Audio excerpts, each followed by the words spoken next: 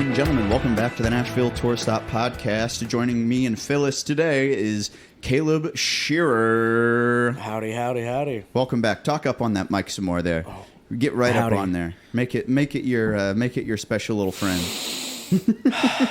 I know some of these mics are pretty clean, but those mics you sang into at Hard Rock Cafe the other day, we were talking like one of those has definitely got Carrie Underwood on her. Oh, because she did a private event up there at the Hard Rock on that second floor not too long ago. That thing has seen much better days. Yeah, some of the microphones in this town are gross, dude. I always bring my own. I know you always bring your own. I always bring my own, and it's because you see those ones that have just 50 years of stuff caked into them. Like, how does this still work? I have no idea. Well, actually, that's a test to the durability of the Shure SM58. Shout out the SM58. But welcome back, buddy. And I have to Yes. say welcome back because Caleb's first episode was lost to the ages of podcast lore. I think the Tour Stop Podcast is officially a real podcast now because we've lost an episode. Yep, the two-time first-timer, you know? Yeah, the second time, first timer. First time, second timer. But yeah, we lost Caleb's original episode that we recorded. I believe that was back in March of 2023 this year. Yep. And I opened up the session to edit it one day and it was just gone. R.I.P. It was that just session. gone. And I remember texting you and just like, oh, crap. Hey, buddy. But it's a good excuse to have you come back over, and now you get to meet my dog. Yeah, you didn't have this dog last Lil time. Phil. Dogter Phil, as I call her. Phyllis Vance. Yeah, she's pretty friendly for the most part, and she's now chewing on her Frisbee, which I'm going to have to grab from her so there's no noise. Hold on. Just squeak, squeak, squeak. Yep, we don't need dog noise coming through the microphone here.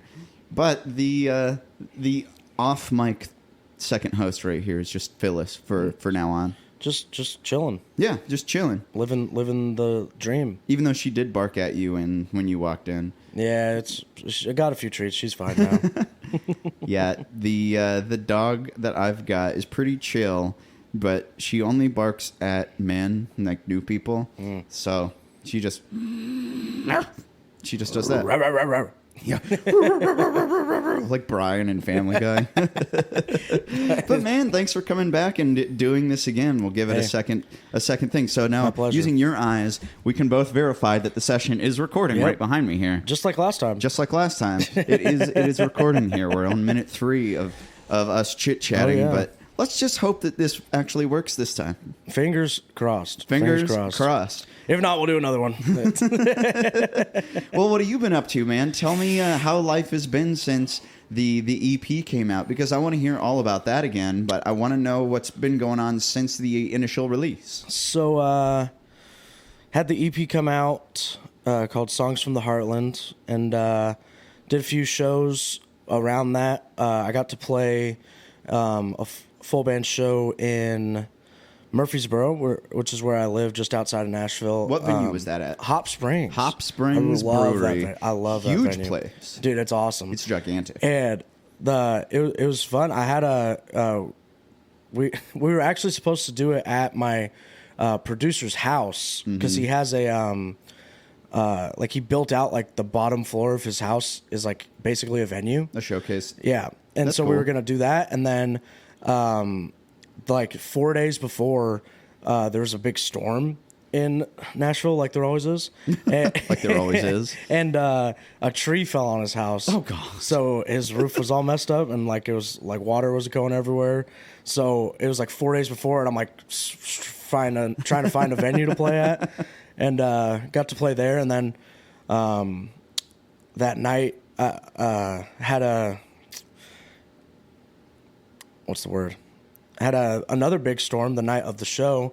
So then I spent like the whole day getting texts from people who are like, I just don't want to go out. Sorry, I can't make it. I don't want to go in the rain. And I'm like, hey, it's okay, buddy. I still get those text messages like when I'm hosting shows of the performers. Like if it's thundering, people are Oh my like, God. is the show canceled? And I'm like, no, it's raining. It's indoors. It's inside. If we were at the Ascend Amphitheater, that's a different thing. Like they had some show last Friday get canceled because of the lightning, and I get that there's people outside, but Hey, we're if inside. Taylor Swift won't cancel a show because of lightning, then I won't, damn it. Damn right.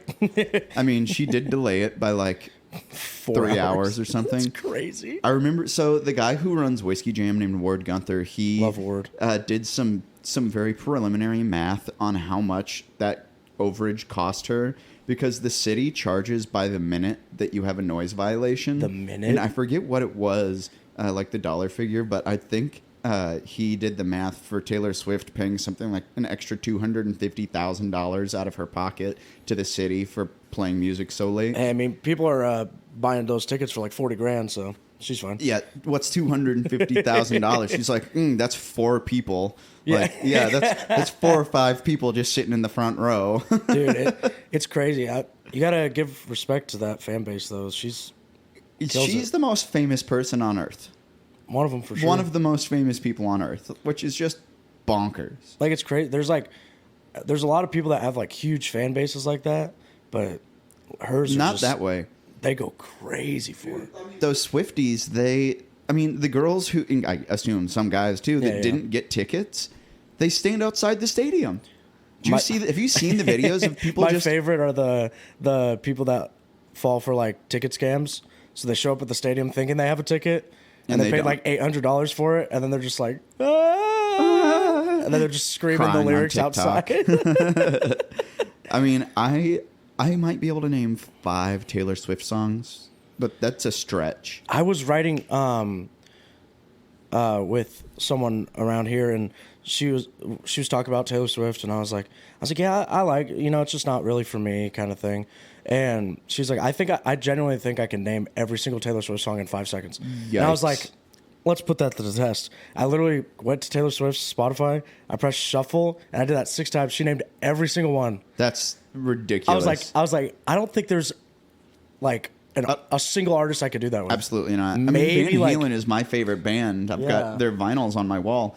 And I bet if you played a song, I bet there's still some that I'd second guess. There's probably like, I was thinking, I'm like, maybe like Eric Church, I might be able to do like up until his new albums. Mm-hmm. I'm not as into like his new stuff, but like there's probably a few songs of his that I'm like, I'd be like, what is this? And then he'd hit the chorus. I'm like, oh, okay. Yeah, and I don't do deep dives of artists the way I used to. Yeah. I'm a big album guy. I'm getting old in my music listening age where like I'll find I have the songs that I like. And then, like, for example, I have the new Foo Fighters album on vinyl right here on my turntable next to us. And there's a few really good songs on it, but there's 8 other songs that I'll probably never listen to again. And I hate saying stuff like that, but, like, I just don't have the mental stamina to just deep dive an artist like I did when I was 20 years old. Especially, like, nowadays, because the whole, like, double album thing going on. The what? The double album. Oh, where there's it's like 40 50 songs. Some songs. So, I mean, yeah, some people are doing double albums. Paige Rose is recording a double album right now. Really? But gosh, I don't have the stamina to sit and listen to that much music. And it's some artists that I love, and I still like. I'm like, I only got so much time in the day, Yeah, I've only got so much time in the day. I can't just sit and listen to music all day. I mean, I sit and listen to music for 4 to 6 hours a night. Most of it's passive, like it's in the background as I run around doing my shows, but I'm still hearing it, and that's a lot of music that I listen to. So the last thing I really want to do in my free time is drive back in the car and listen. Let's go listen to the new Eric Church album. Yeah, I normally use driving is like try to listen to some new music. The old release radar on Spotify. Yeah, when I was in college, I used to listen to music all the time walking around campus.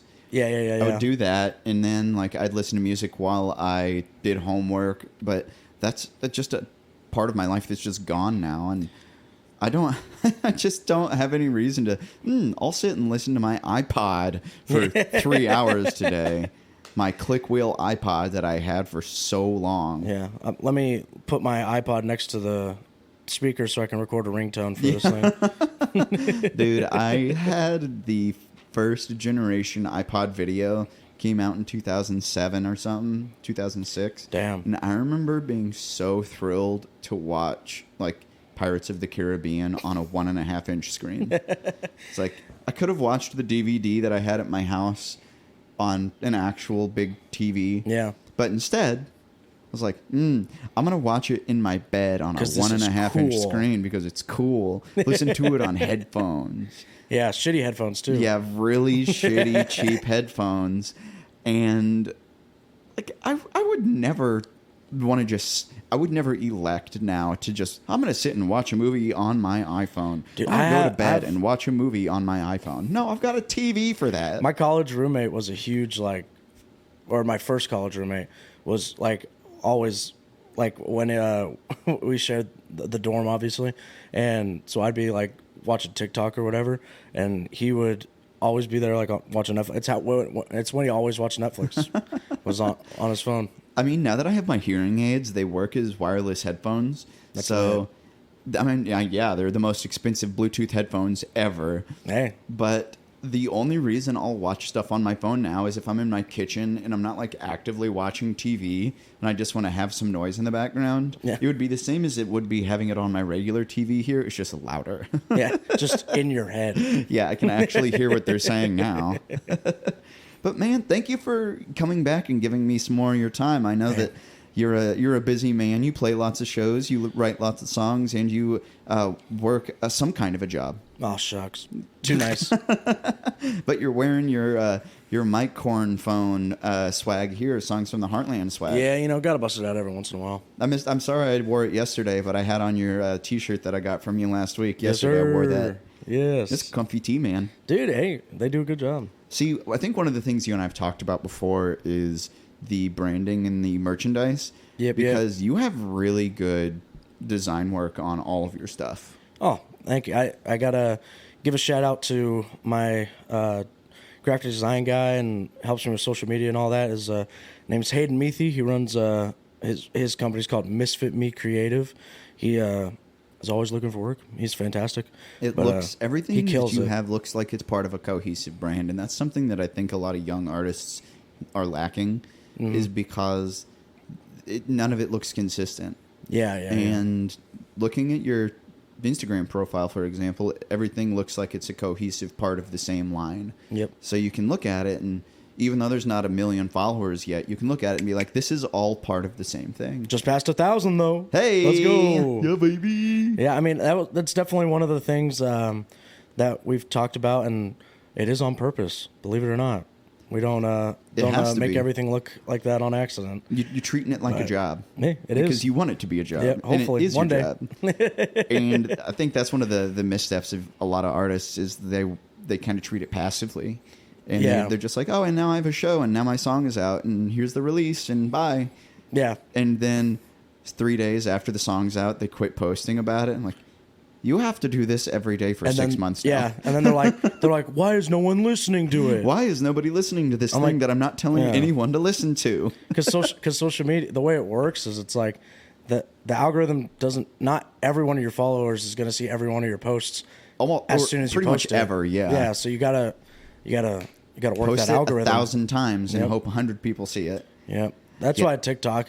I've been making some funny TikToks recently. I have not used TikTok pretty much at all lately. I love It's TikTok. just been off of my radar. I'm also kind of worried that the government's going to get rid of it, and then all of this work that we've put into it's just going to be like gone. Yeah, it was fun while it lasted, Man, but the content you're putting up looks great too. So who's coming up with the ideas for some of the videos you're doing? Most of that is just, I mean, like, I spend a little bit of time on TikTok. So it's just, I always talk about TikTok because there's a lot of artists in town and around that like hate TikTok because of the whole like getting like, people, all the artists that get signed from TikTok and all that. But to me, TikTok it's basically like a video version of Twitter. Just super short thoughts. Where it's like you just post anything you think of and like just hope one of them sticks kind of thing. I mean, I had a viral tweet once. Yeah. I was on campus at college doing homework on the quad, and I saw Jimmy John's delivery man sprinting through the quad with a sandwich in his hand. And I tweeted to Jimmy John's, and I said, now that's dedication to sub so fast, you'll freak. And that went viral. And I wasn't trying to be funny. I was just like, huh, That's the logo. That's the Exactly. slogan. Like, there Yeah. you go. And it was like that went viral. And Yeah, it's I've never all- had anything else go viral in my entire life. Yeah, like our friend John Ollier, he Shout out. yeah, shout out. He has like the one TikTok. He always jokes about it. It's like he posts not like crazy on TikTok, but he posts on TikTok and does the whole like musician covers and originals, all that stuff. But the only one that he's had that like blew up, it got like 500,000 views, was him like cleaning out like a dead raccoon out of his crawl space. He's like, why is that the one that blew up? Like, why I'm is like, this the one people I'm like, watch? now you're understanding TikTok, my man. Like, okay, so in 2018, so we're recording this on July 3rd, right before my favorite holiday, 4th of July. I spent like $150 on fireworks. I don't know if I've ever told you the story of what happened to me in 2018 on the 4th of July. I'm so ready. So in 2018, that was my 1-year anniversary. So I moved here on July 1st. So I just had my 6-year Nashville anniversary. Yes, sir. Yes, sir. So my first year anniversary, I had finally made a couple of friends. Anya and Jenny and me went to people I'm not friends with now, but for the sake of the story, we went to First Avenue and Church Street. So we were at the intersection right down there on First Avenue and Church, right off of the river. Yeah. And that's where we were watching the fireworks from, really close to the action. It was a great view.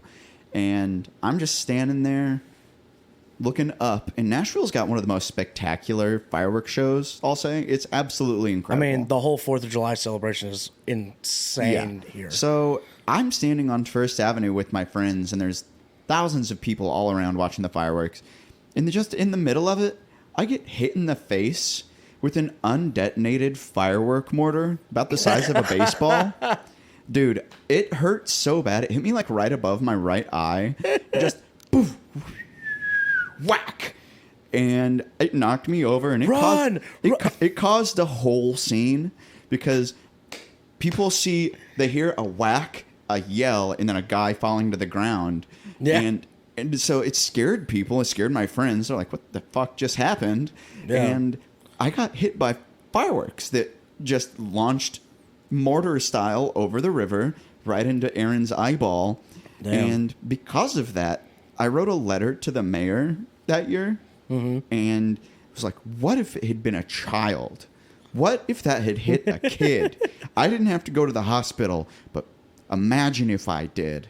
And I went so deep into, it was Mayor Megan Barry at the time who also got, like, I think she resigned for some weird reason. Classic. Some political thing that I don't know about. Yeah. But she wrote me a letter apologizing for the lack of safety concerns for guests, as we called them, guests of the fireworks show. And they said, can you sign a document that says you're not going to sue us?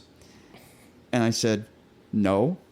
And she's like, well, what if we give you and 15 of your friends free access to the sponsor suite at the Bridgestone Arena next year for the 2019 fireworks show? Open bar, free food, front row tickets. And I was like, that sounds pretty good. So I took that. And then the 2019 year rolled around. I was like, I fucked up. I should have sued. I should have gotten some money.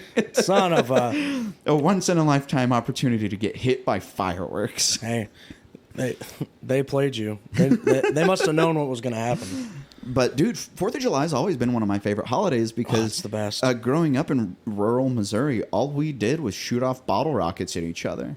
Like, that was just fun. Hey, let me tell you, growing up in Northern California, we had some good sparklers. Roman candles.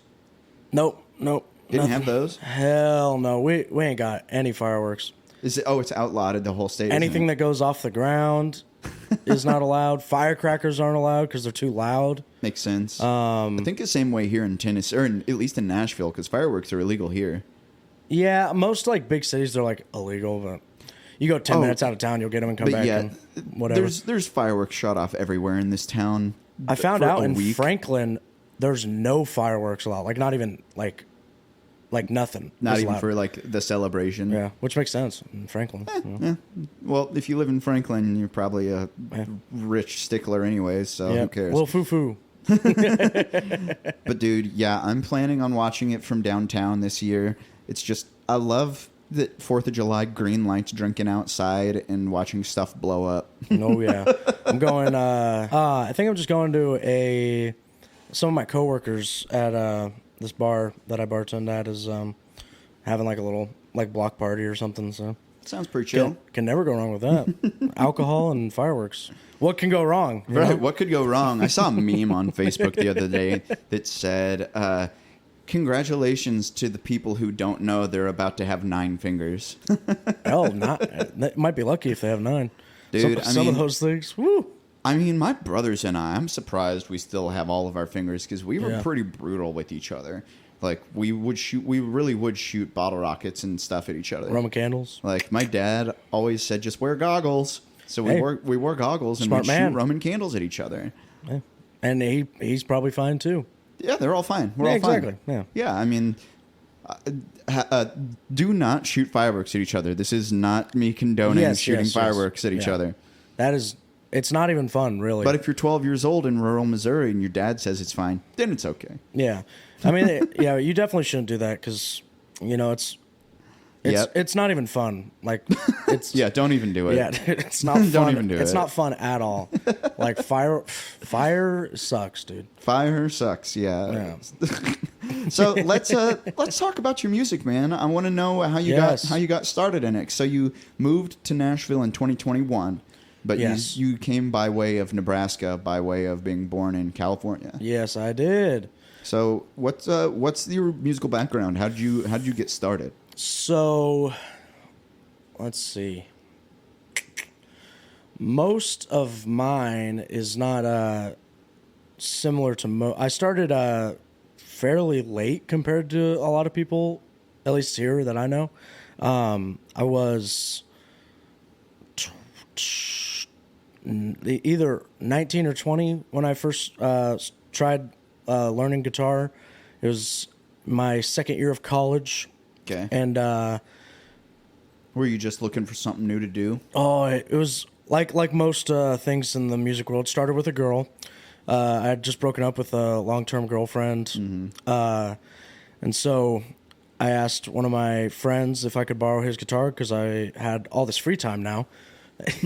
and wanted to learn it and started doing some of that and probably did that for five or 6 months just trying to learn, You teach yourself to play then? Yeah, YouTube University. Yes, sir.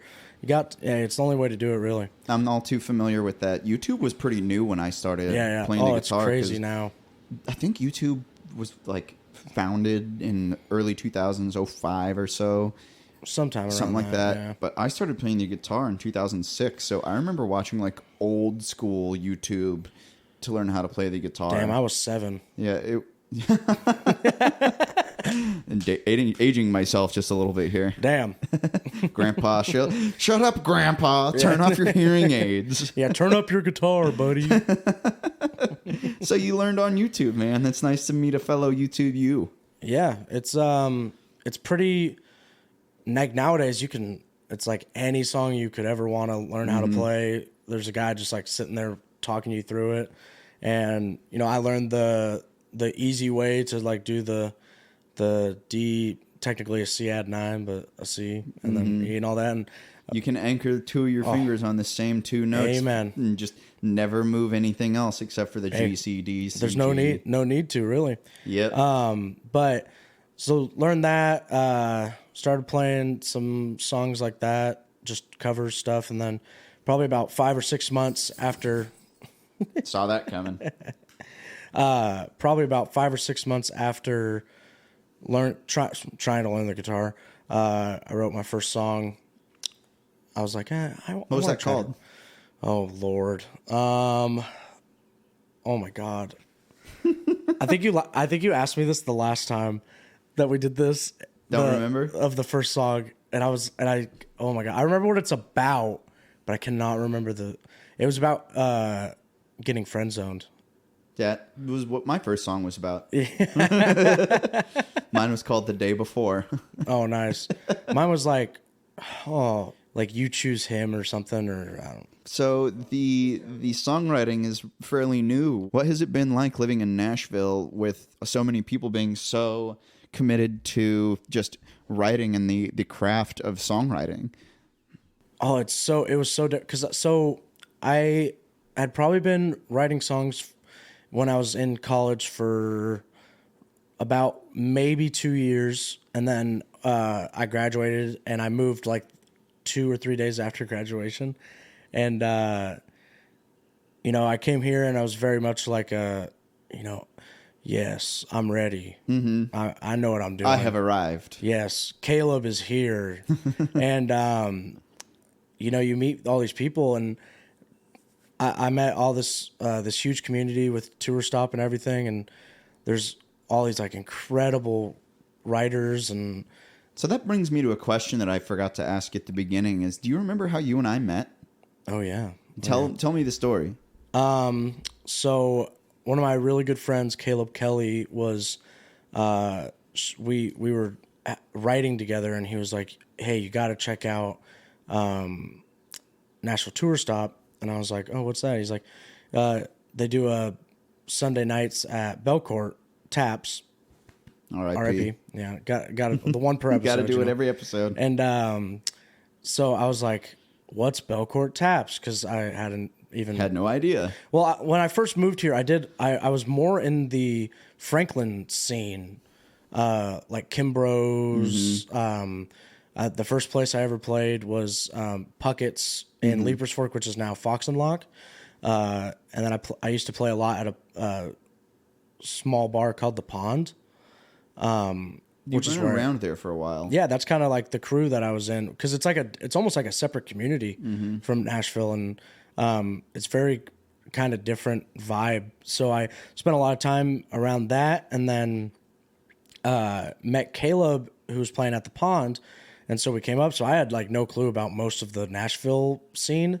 And so he's like, Belcourt Taps. And I was like, shoot, okay, let's go. And we drove down and we're walked in. He introduced me to you.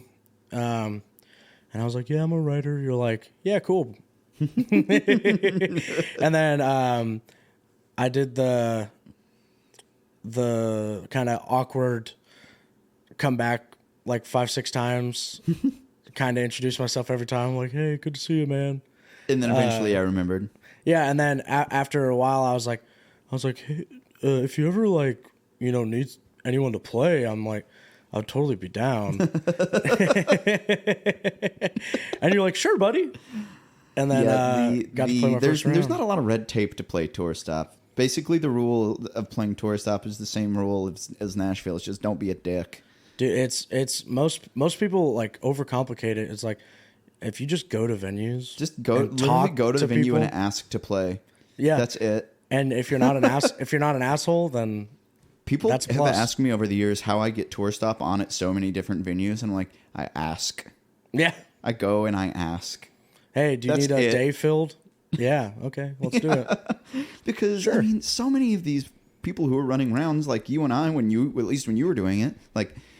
We know who we know, but it's hard to meet new people when we're doing the same thing and we're having to. We have to be on site and we have to be controlling everything at the same time.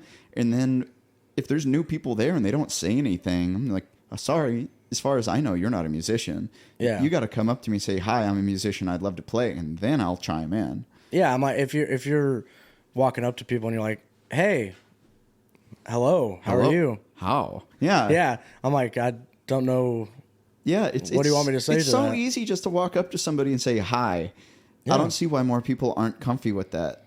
Yeah, it's so funny to me how. Would you consider yourself a pretty extroverted person? Yeah, me too. I'm pretty extroverted. Yeah, I've never had an issue. Like, I know there's a lot of.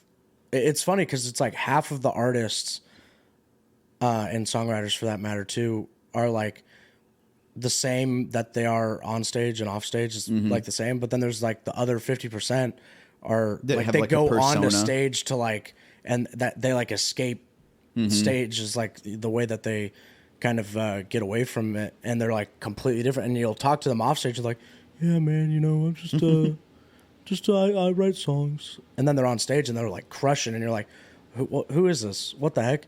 Oh, dude, people who mumble on stage is so annoying. It drives me up a wall. I was like, it's going to be a tough career if you're uncomfortable on stage. Yeah, because like if you want to be a songwriter and entertainer, most of being an artist is being an entertainer. Yep. I mean, look back at all the 80s rock bands. They dressed or like they were 90s, there to entertain. 90s country too. Pyrotechnics, the flashy guitar stuff. Like, it's all part of a show, and that's why we call it a show. Like, man, there's something to be said for entertainment factor. Because a lot of people in Nashville think that the song should be enough, and it's not enough. Yeah, it's there's a lot of what's the word? Like, people try to look through like rose-colored glasses at it, and they like they look at it through like an idealist standpoint of like it should be this way. And I'm like, I kind of get what you're saying. It should, but it isn't. It should all be about the art, but it's not. Yeah. So one of the things that came up, I posted on my Facebook the other day, and I'm known for posting sassy stuff on my Facebook, but I posted saying, if you have a local draw of 10 people, you do not need a manager. I know, I saw that, and I was like... And it's true, because it's like, you don't have anything to manage. And people got upset about that, and they're like, well, what if the talent is there, but the numbers aren't? And I'm like... Everyone in this town has talent. They correlate, to be honest. Yeah, everyone has talent in this town, and talent's not enough. You have to have the whole package. That's why these people have millions of followers, millions of streams, millions of whatever, and then they play lots of shows, and then it's all of these things that just add up into one big music industry sandwich. Yeah, because you need talent in more forms than just music. Oh, absolutely. You need to know how to market yourself. You need to know how to present yourself. You need to know how to talk to people. Yeah, and the people who get off stage and they just mumble. And I'm like, no, go up, shake someone's hand, squeeze it harder than you think you should, and be there for it. Yeah, maybe shake a little ass if you need to. Hey, the girls love it. Man, but guys love it too. Have you ever interacted with me at a tour stop show where I'm different on stage versus off stage? No, because I don't want to call myself a character, but I have to be a persona. I have to be the most excited person there. Yeah. Because if you're not excited off of if I'm not excited about being there, why would the audience be? And you can't expect anyone else to be. Yeah, so the same goes for artists on stage. If you're bored on stage and you show that you're bored, the audience won't chime in because they're like, who cares? Yeah, you're like on your phone while other people are playing. Yeah. And that's why I tell people to stay after your show is over. Because if you run out of there as soon as you're done, it looks like you didn't want to be there. Yeah. And it tells the audience that they shouldn't be there either. Yeah, the only time I've ever done that is when I have like another round, or like I've had plans with like something important that I can't stay with. Yeah, it's fine to do sometimes, but there are people who've played my shows several times, and every single time they're the only thing they're there to do is show up 5 minutes before they play their 3 songs, and leave the moment their show is over. I'm like, if you stayed for an extra half an hour, you could find 5 people in this room who want to follow you on Instagram. Yep. And it takes 30 minutes, and some people just don't care. And I think that's the difference between the people who want to make it and the people who will make it. Well, that's the other difference between those are always the people that complain about. They are the same. You'd wonder why. Because they're not willing to do even the bare minimum. I'm like, that's like 101 of networking. Yeah. It should be. How to be in Nashville 101. Go to the shows. Stay at the shows. Talk to people at the shows. Yeah. And we can sound kind of jaded, and you haven't even been here that long to be jaded. Yeah. But man, it's so true, because that's one of the reasons I liked you, is because you started coming out, and that's one reason, not the reason why I love booking you, but it's just you're supportive of the thing you want to be part of, And that goes all the way to the top. Because if you start showing these publishing companies that you're invested in their writers or the shows their writers are playing, and you just start seeing them around, eventually one of those people is going to say, hey, do you want to come write with us sometime? Yeah, or, well, it's the same. Hey, we're having a cookout. Do you want to come hang? Yeah. Stuff. It's so much more about relationship building in this town than just being a talented songwriter. Well, it's the same idea as I remember I was listening to one of the I can't remember what episode of the podcast you were doing, but you were talking about there was a band that you kept seeing their sticker everywhere. Yeah, that's Multi-Ultra. You booked them without ever meeting them, and I'm like, it's that same concept of like if you see if I'm there all the time, then the people notice that when someone shows up to every show. Or you could go to every other just show. about every place in that has live music in Nashville and find a tour stop sticker somewhere. Yeah. It's just there. And promoters they always notice when someone shows up multiple times. When I'm taking a leak in that bathroom's urinal, I got 30 seconds to look around. I can't go anywhere. That's a cool sticker. Yeah, that's a cool sticker. And that's exactly what happened with Multi-Ultra. And they just won Lightning 100's Music City Mayhem. And they're an incredible band. And the reason I know those guys is all because they just put their sticker everywhere. That's it. I had never heard of them before. But one day I was just like, I do see that sticker everywhere. I'm just going to look them up. And then I looked them up and was like, oh, sweet, they're a rock band. I was like, oh, cool. I'll go listen to their music. Like, damn, this music's good. I'm going to DM them real quick. Yeah. Get them on the show. Guerrilla marketing like that, street marketing like that is so effective. Yep. Way more than you think. It's like handing out flyers. Yeah. Oh my God, dude. Nowadays. I will sing the praises of paper flyers forever. They still work. I did, so I played the listening room in Pigeon Forge, which is a little notoriously like hard to get seats in, or to get people in. And it doesn't have the built-in audience that the Nashville location does. Yeah, like the built-in audience is like for Nashville is just like you got to sell like they'll like probably half the tickets are just because of them. They'll sell at least 150 tickets just because it is what it is. But like when I went out and played there, I shout out to my graphic guy, had him make a cool poster, and I printed them out like little 4 per sheet of paper. The little 4x6s, yeah. And I was out at, oh my God, what's that? You been to Pigeon Forge before? I've never been to Pigeon Forge. Really? Never have. Oh, it's fun. It's fun if you have money, but I think that's most of the places in the world. Yeah, I'm like, if I had like no budget, I could spend weeks in Pigeon Forge. but I'm standing. There's like the main tourist spot. It's called the Island, and it's a little river goes around it, and then it's like huge tourist trap. Like there's a Old Smoky like distillery there, like carnival rides and it's cool Margaritaville stuff. And me and the guys that I was playing with, we went out there and we were just handing them out. And we're like, hey, we're playing a show. It's like right across the river. It's a $5 ticket. There's nothing cheaper to do in Pigeon Forge. Like $5 is cheap. Yeah, like dinner and a show. Like, come on out. And I remember I was talking to the guy that runs that, and before the show had started, had sold like 30 tickets. And at the end, I think it was like 50 something. That's dope. Which out there is like, because I mean, it's a big show there. Because the second show that night had like 4 tickets sold before the show started, and like the 2 shows the day before. If you did 50 tickets there, they probably loved you. Yeah, they're like, when do you want to come back? And I was like, oh, maybe. It's like, how about you book me at the Nashville location now? How about you pay me and I'll come back to this one, but I'll do the Nashville for free. It is a long drive out there. It's like 2.5, 3 hours. Yeah, I think it's 3.5. It's. I mean, I would go. Like how I booked that one was my family was in town for like my dad's side of the family's Christmas.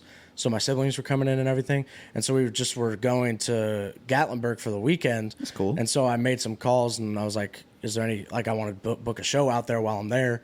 And that's how I ended up doing that. So that's, if I probably did that again, that's why I would do it, is I was like, I want to go out there for like a writer's retreat. I think that'd be fun. That'd be cool. Oh yeah. It's like that would be 4 or really 5 cool. days out. I want to do one so bad. I have so much more that I want to talk about, but let's take a quick commercial break and we'll come right back with Kaleb Scherer on the Nashville Tour Stop Podcast.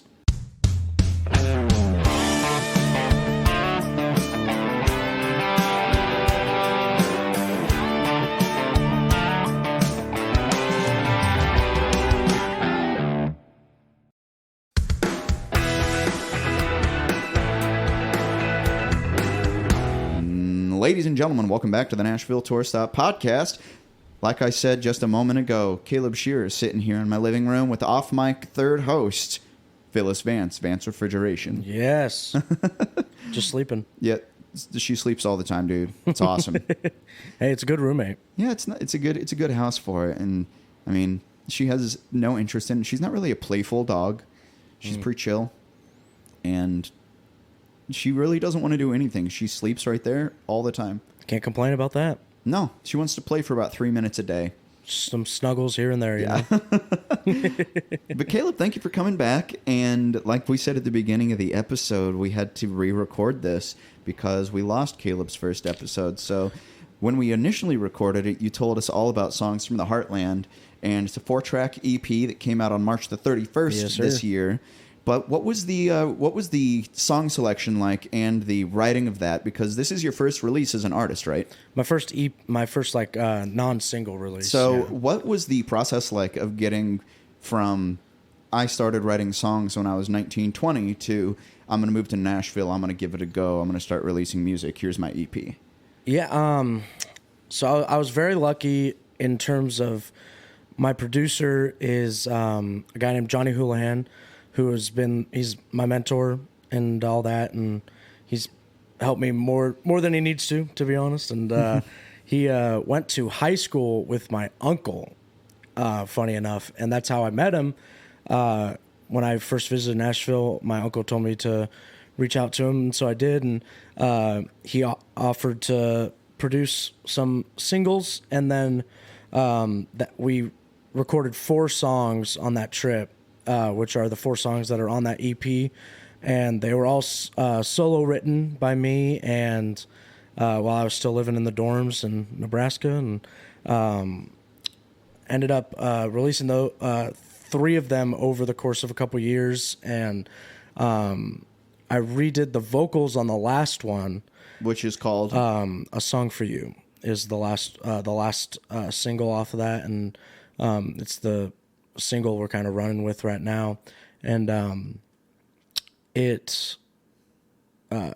when I had the idea of releasing all of them as a cohesive EP, because once I got to Nashville and started writing with other people and learning more, and honestly just getting better at it, and a lot of my music now is subjectively better. Mm-hmm. And so I wanted to package all those together and kind of bookend my pre-Nashville music. That's cool. A little catharsis to your musical experience before. Hence why it's Songs from the Heartland. The Heartland is the Midwest or Nebraska, depending on how you look at it. Corn on the cob microphone swag. Really bringing in the Corn Huskers vibe you bring from Nebraska. We love corn around here, okay? We support corn. So, close that chapter, and then we got to, I remixed all of them so they sounded cohesive, mm-hmm. and I'm very excited with how it turned out. I love all those songs have a special place. Did you play any of the instruments on it? My voice. Just your voice, just sang? Yeah. A lot of, not a lot, a little bit of it, we programmed, just to save money, mm-hmm. Unfortunately, but hopefully, in the future we'll be able to get like full band. Live tracking an album is expensive, but it does sound better. Yeah, I'm blessed because my producer, he's really really good at drums, like because he does it. He'll spend on every track like 8 to 12 hours just on drums. That's what I've always done on my releases. Yep. Is I've programmed drums on quite a bit of my music, but I don't use sample packs. I build my own kit. Yeah, he I build my it, own kit inside the MIDI program, and then I'll go through and individually write in each hit. Yep. Because doing that, you can adjust what's called the velocity of the note, which is like the attack of it for those of you who might not be listening. So like if it has a lower velocity and it's a drum snare, it'll be really, really gentle. But if you max it out, it'll sound like that 80s gunshot snare. Boom! Yeah, for people that are even less into music, it's how loud it is. So I go through and I notate the velocity and the hit of each note perfectly so that I can make it sound like as close to a real drummer as possible. Yeah, because if a drummer is right-handed and they're doing a roll and it's some kind of you can hear the emphasis on the right hand's hit harder than the left hand. So if you go through and you notate each little thing, it does sound a little bit more human. Yeah, and he credit to him, he does a lot of great work with that. And we have a guy named John Conley who he does guitar in Kenny Chesney's band, and he plays anything that has strings on any of my music. So steel guitar, fiddle, mandolin, electric guitar, bass guitar, all that stuff. Cool. And he is incredible. Real life utility player. Dude, yeah, no, he is like genuine. Like he did a solo. The first song that I have that has like a bona fide like rockin' solo on it is actually going to be the next single that's coming out in a few months. So let's talk about that. Wonderful segue. You're doing my job. Yeah. Hey. So tell us about the new song that's coming out. But so that song is called "Hasn't Happened Yet." Okay. And it's kind of just about an artist chasing the dream here. Did you write this with anybody? I wrote this with my producer, Johnny Houlihan. Cool. It was the first or second song that I wrote in Nashville. Okay. And it was I think it was the first song that I co-wrote with anyone. And I love it. The production on it is very kind of neo-traditional Luke Combs-y kind of big stadium kind of, which it's badass. And back to that guitar solo, Conley was like ripping this guitar solo, and I'm sitting there and I'm like, holy cow, that's insane. And John like turns around and he's like, let me do another take. That one sucked. No, that's the mark of a good guitar player is when you're playing a solo and the artist goes, damn, that's incredible. And you're like, that was awful. Please delete that. Yeah, I could do way better than that. That's literally what he said. You're like, you can do better than that? Okay. Yeah. And that's the type of guys you want though, is the ones that'll be like, no, it wasn't.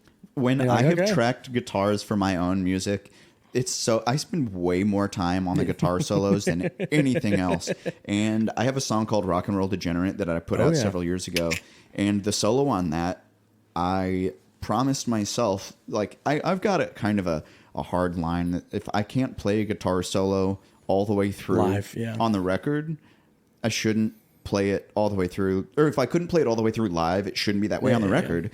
And I promised myself, it was like, okay, I hear the solo this way. So I comped it together. So I chopped it together of the pieces of the takes that I wanted, and I like wrote the solo that way. But then I learned how to play it all together. So the solo on that record is actually one take. Beautiful. And it's so cool getting to hear music that's not chopped together. Yeah. Because you really kind of can tell sometimes the difference of like, oh, this really was tracked live. Yeah, it's one thing I'm always, whenever I get the opportunity to go into the studio, one thing I'm very like adamant about is I don't want it. I hate songs that are like overproduced. And I don't mind personally like chopping up too much. Like if you're chopping up like individual syllables. I'm like, oh, okay. It gets excessive because when gosh, I forget who the artist was. I think it was Billie Eilish. She teamed up with Apple and Logic, and when the new edition of Logic came out several years ago, they released a Logic session of one of her songs called Ocean Eyes. Yes. And you got to go in and see how many comps on the vocals they make for these huge pop stars. I'm like, God, she didn't sing any of this. It's crazy. There's like 100 comps on a vocal track, and that just blows my mind. And that's the crazy thing is, like, she could sing it. I've singer. I've watched her live. She sings that song incredibly. Yeah. I'm like, there's no way it took you guys 400 takes to get that song. And that's one of the things that I like to bring to my music is like, just sing it, just play it. I've always been I have always gravitated a little bit more towards like the raw Me too. style, which I think is kind of why I've always been into country music. Is, to me, country music, the in general of country music is more raw compared to like pop. Mm-hmm. Whereas like there's definitely raw pop, like, and there's incredible. But pop music is centered around so many electronic instruments that you could play it on an iPod and sing karaoke to it, and it'd be pretty much the same. Dude, that's like I've been to a few like hip hop concerts in my day, and that's how I feel like it's like it feels like karaoke a lot of it. Yeah. And there's a hip hop artist here in town who I think you know named Hugh G. Yeah. He does live band hip hop, and it's so sick. He's sick, dude. Yeah. It's so cool. And and you can notice that difference. Oh, you definitely can. And it's like it sounds so cool. Mm-hmm, because I don't think it's cool to have to watch a DJ like, and now you can play my song. Go 1, 2, 3. Spin 4. that track. Yeah. Play that next track, baby. Cool. Yeah. Press play. And then the DJ just stands. Oh my God. Okay, so that reminds me. Have you ever seen the movie Never Stopping? It's an Andy Samberg movie where he's a pop star. Oh yeah. So it's so dumb, but there's a scene in that movie where he's like the big pop star, and then his DJ literally just plugs in an iPod and just puts on like they're making fun of Deadmau5 with the big dome head or Marshmallow, and they're just dancing on the stage, and he's not even actually DJing. He's just running an iPod track. Yeah. I mean, it's funny because it's true. Like we that see sometimes. That quite a bit here in Nashville. Yeah, it's there's a lost art to like DJing. I feel like you never see the guys just actual like ripping it. DJ, and Hugh G's dad was actually a real life disc jockey. Yeah. Back in the 70s, and he would literally blend 2 different vinyls together and fade between them. And you're right, there is a lost art to being an actual DJ. You never see people do that anymore. I loved my favorite rap album of all time is No One Could Do It Better by the DOC. Have you ever listened to that album? I have not. You have it. So it was the DOC he's a rapper from Dallas, and it's I think it came out like 90 or 91, so it's like old school. But the cool thing about that album is it was produced by Dr. Dre, like when they were in the height of NWA, and then every member of NWA is a feature on it. That's cool. And so oh my God. Good album. Oh, it's a badass album. I do love 90s hip hop way more than I enjoy stuff now. I just like the flow like of that is, it's like to each their own. There's plenty of good things about modern hip hop, but I think the beats were better back then. I think. Do too. Oh my God, they're so funky. I mean, you relied on a drummer to actually come up with a beat. Yep. And nowadays it's all programmed stuff. And there's a lot to be said for good programmed beats, but man, watching a drummer just rip into a cool... It's a skill in itself to be able to do all that. Like, it's cool. I can't do it. So. I can't do it. I sure as shit can't do it. I can't. That's like Ed Sheeran is always like blows my mind because he does everything he does in like these massive stadiums with no one else on stage. Oh yeah, he does everything. He does almost all of his shows solo, right? It's like Lucas Carpenter almost, It's crazy. Yeah. So let's talk just a little bit more about the new single. So you wrote it with your producer. Yes. And the release date is pending still? Yeah. We're still working out some of the... When are you shooting for? What would you like? I'm shooting for like probably early October or late September. Probably. Okay. Yeah. And will this be a precursor to another EP? You never know. Possibly. Yeah, I mean, that's always on the table. For the time being, it's just a single, though. Yeah. That's cool. Yeah. That's not a lot of pressure to have to overperform with it either. Yeah. I think it's a pretty good song, though, so hopefully. Yeah, we always hope that it's a good song. If the TikTok gods are watching. So, what's your release strategy looking like? And I will give a COA, as I'm not a pro release strategy person. I don't know too much about it. So, what are you planning on doing for the release of this new single? I mean, pretty basic stuff. Just kind of probably in the next, probably 2 months before is when you start kind of like hinting at it. Maybe like put a little teaser, like 10, 15 seconds of it, and talk about how you got new music coming, all that. And then, do podcasts to promote it. Book as many shows and rounds and podcasts. That's great, man. Just content in general that you can around it. So are you filming everything for TikTok yourself, or do you have somebody who's doing the media with you? I just grab my phone, slap it up. Right on the phone, old school style. Yeah. Old school style, as if the old school is not just 3 years ago. I mean, I'll film it on like my regular camera, right, and then edit it in your phone. It on. I use DaVinci because I've also heard that apps like Instagram and TikTok don't they'll actually like make videos that are built in DaVinci perform worse. Like if you create your video in the app, it doesn't have whatever metadata attached to it. But I've heard that they'll filter out content that has other like editing software metadata attached to it. What the heck? Yeah. Maybe that's what's happening. I don't know. I do know that Instagram also filters out content that has text on it. So Instagram does? It does. So that's why my posts don't get hundreds and hundreds of likes, even though I've got almost 9,000 followers. Yeah. Is because every single one of my posts has text on it. People's names. Interesting. Yeah. Yeah. Like in the video or like in the video or in the picture. The caption? That there's an algorithm that reads images that have text in them.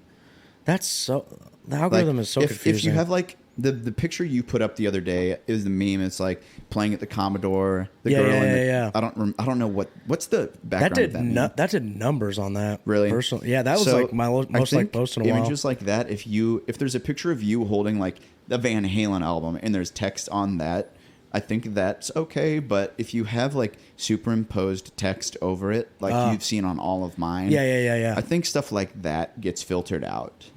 So it'd be interesting to do a study, like post like an identical image, just one has words on it at the same time. See which one does better. Yeah, that one was funny. People thought that one was hilarious.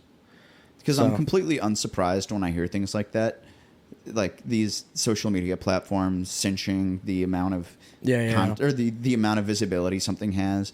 Like if you have a cuss word in it, it'll filter it out or something. Because I mean, I see people like bleeping their stuff on Instagram way more than I used to. Even though kids aren't supposed to be on there anyway, so yeah, I see stuff getting filtered out more now, so that it's not actually getting filtered. Excuse me, I hear more things getting like bleeped and censored from the creator side, so that it doesn't get censored on the app side.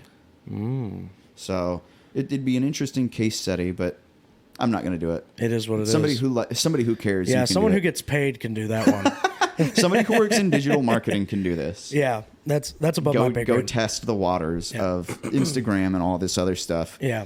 But Kaleb, tell us what's in the future for you after this single, man. I know you said there's a possibility of an EP or an album someday, but I know one of the other things that I always want to talk to the guests about is like there's different levels and varieties of success in the industry. Yeah. What would be success in your book?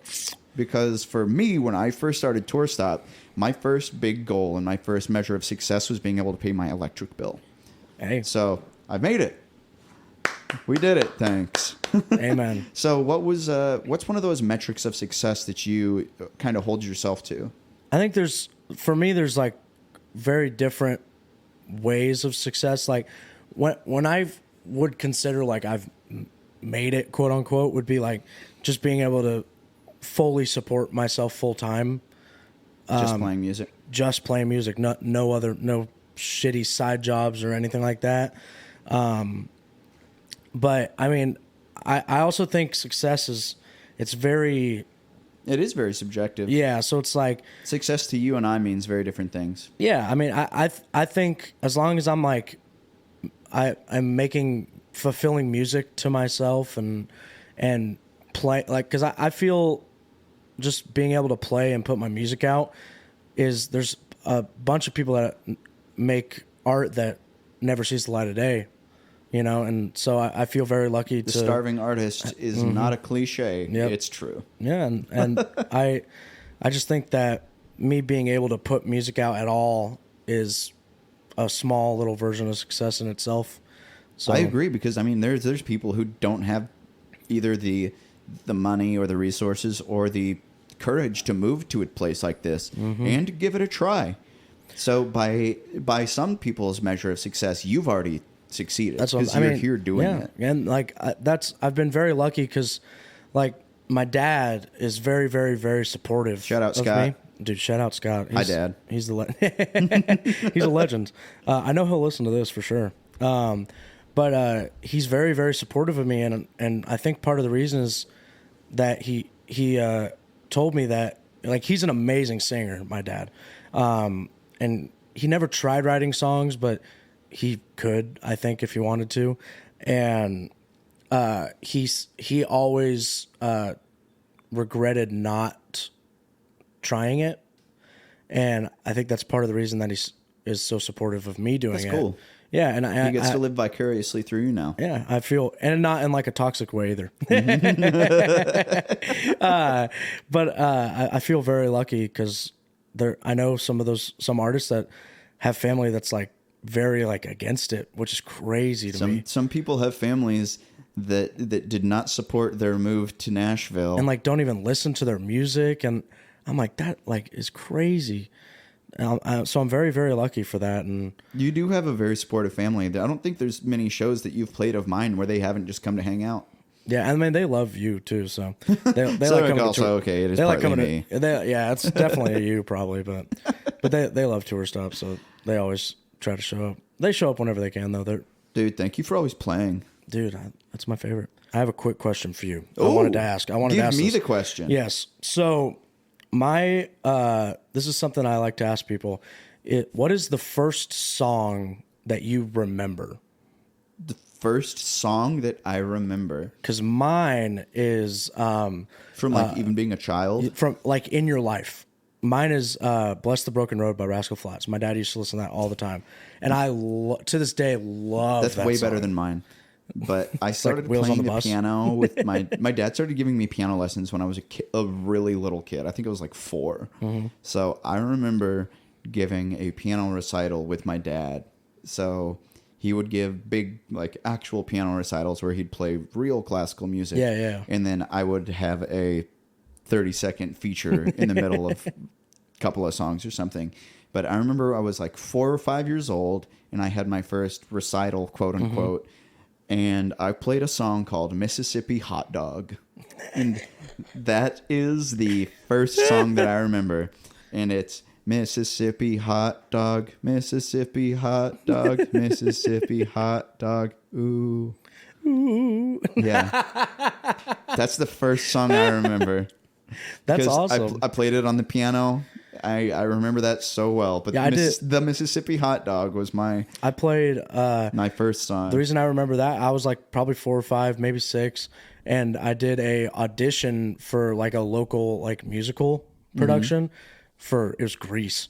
And I sang "Bless the Broken Road," which I think is so funny that like a 4 or 5 year old was singing that song. But dude, what a great question. The first song you remember. That's really cool. And it's some people, it's like some like super like out there like weird, you know, like grunge stuff. Right. And then other people are like, oh yeah, it's like Wheels on the Bus. Because I think the first song that like affected me, that made me like want to play the guitar, was a Black Sabbath song called War Pigs. Oh yeah. That is really the first time I heard music, and like something changed inside of me. I was like, what is that sound? You're like, ooh, I feel something with this one. I felt something when I listened to Black Sabbath. I wasn't just listening to this, but I felt this one. Stuff like old rock and roll guitar stuff is what got me into music. But as far as just the first song I remember, it is that Mississippi Hot Dog. That is so good. Oh my God. Well, Kaleb, thank you for coming onto the podcast. I'll make sure that we triple save this session so that we don't lose it. Yes, but give us your plugs, man. Tell us where we can find you online. So you can find me on any streaming service just by searching my name, Kaleb Scherer, Kaleb Scherer. Wasn't blessed with an easy to spell name, so always got to sound it out for everyone. My social media is all Kaleb Scherer Music or Kaleb Scherer Official, depending on whatever platform you're on. I think most of them are Kaleb Scherer Music, but just in case. Yeah, just in case. And what's your website? KalebSchererMusic.com? Just KalebScherer.com. KalebScherer.com. Oh my God, it's so funny. My dad, he bought like all these different like domain names, and he got like he bought like Kaleb with a K, but it's Kaleb with a C, but with a K. And then it's just Kaleb with a K, and then it's like KalebWho.com. He bought like all these stupid That's ones. Pretty funny, actually. I was like, that would be so funny if I made one of those the official one. Yeah, but KalebScherer.com. Yes, sir. It got everything on there. Anything you'd like to leave our guests with today before we close out this week's episode? Oh man, I just I think if anyone that's listening is, thinking of coming to Nashville or visiting, just do it. You only got one life, Just do it. Yeah, even if, music doesn't work out, there's a lot worse places to visit anyway. No kidding, man. And you can always go back home. That's what I always say. Absolutely. But well, guys, thank you so much for listening to the podcast this week. My name is Aaron Schilb, and I'm the host of the Nashville Tour Stop podcast and all of the live shows here in town. So even though that is the end of this week's episode, please follow all of our social media platforms at Nashville Tour Stop. You can check us out on the web at NashvilleTourStop.com. We just announced I think it's like the next 150 shows I've got up on our website now. So you can go look at our live event calendar and keep up with all of the stuff we're doing. We're going to have our 1000th show next year. The 1000th Nashville Tour Stop show. I gotta play that one, man. Yeah, we've had a couple of ideas of what to do for it. And somebody recommended having everybody who's played their first round ever as part of it. I was your first round ever? Yep. Well, then you can play that one. Yes, sir. So I also need to play Halloween this year. You have to book me on a Halloween show. We will have a big show. I don't have any idea where or when or what it's going to be because I got to get through this year and see how many more we end up doing. The Ryman. Take that, Whiskey Jam. But we love our fam at Whiskey Jam. We love the Jam fam. But even though that is the end of this week's episode, like I said, follow all of our platforms. You can check us out on Patreon if you'd like to hear our archived episodes. When Kaleb got here earlier, he was asking what happened to the first 32 episodes, and we've got those all available on Patreon for your listening. You can get $5 a month access to all of the archive and our beginner starter pack. I just released the episode of our Patreon bonus last week is how to write a good booking email. And that's the kind of content we're putting up for our bonus podcast episodes for Patreon subscribers. But in the meantime, check us out on the web at NashvilleTourStop.com. Come see a live show. Come shake Kaleb Scherer's hand. Buy his corn swag. Yeah. Buy some corn swag. And in the meantime, do remember that all roads lead right back here to the Nashville Tour Stop.